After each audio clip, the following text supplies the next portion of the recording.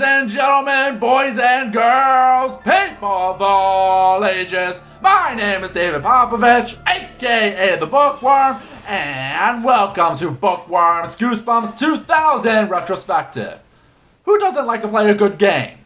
Something to help kill the time.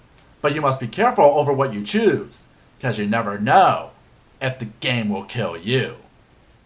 This is Be Afraid, Be Very Afraid. Connor and his friend Emily are bored. There are still several weeks before school starts and they've already done everything. We have read all our summer reading books. We had played every computer game we had owned 1,000 times. We had survived our family vacations with only a few dozen mosquito bites. We swam, played tennis, hung out with friends, laughing and doing nothing, and now we are totally bored. Until one day when they noticed their neighbor, Mr. Zarwood, is having a garage sale, though he puts them off since he has an intense hatred for kids. They still go over just to see what he is selling, but when Mr. Zarwood sees them, "Hey you kids," I heard Mr. Zarwood rasp, "what are you trying to steal?" Emily dropped the carved candlestick to the table. We're not stealing anything," she stammered. "We're just looking," I added. "This stuff isn't for kids," the old man growled. "Maybe you should go home and play with your teddy bears." The two decide to leave, but when they get home, Connor shows Emily what he stole from Mr. Zarwood just to get back at him for accusing them of stealing. That makes sense, right?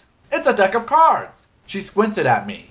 Cards? What a dumb thing to steal. You don't like to play card games, remember? But this isn't just any card game. This is Be Afraid. Basically, it's Dungeons and Dragons, but with cards, so I guess it would make it Yu-Gi-Oh! You pick a character like a king, or a wizard, or a dwarf, or a goth? Yuck! What's a goth?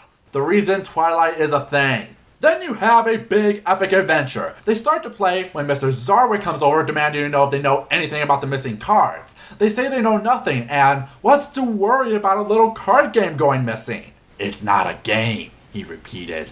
"It's very dangerous." You're kidding, right?" I stammered. "Be afraid," he whispered. "Be very afraid." They play the game, but Connor begins to notice strange things happening as they play.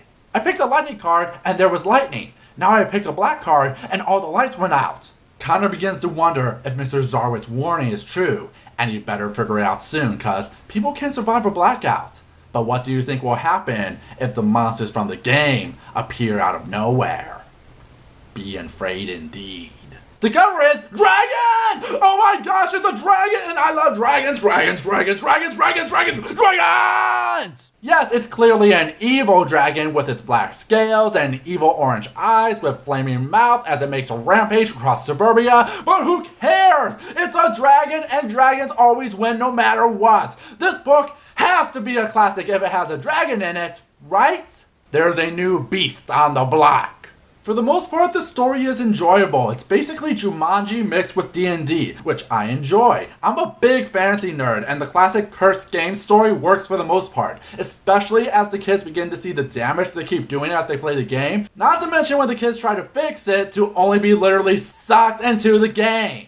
Then the ending pulls a 180 and ruins everything. The last third gets really meta, like Lego movie meta, but it doesn't add anything to the story. It just pads it out so it never has to answer anything.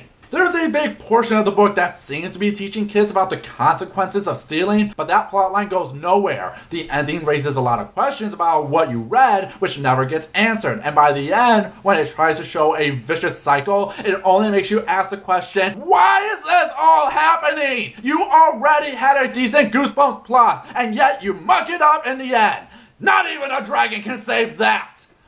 I would say this book overall is below average, but my god does the ending make the whole thing pointless. What about you, Internet? What's your opinion about Be Afraid, Be Very Afraid? Till next time, have a scary day.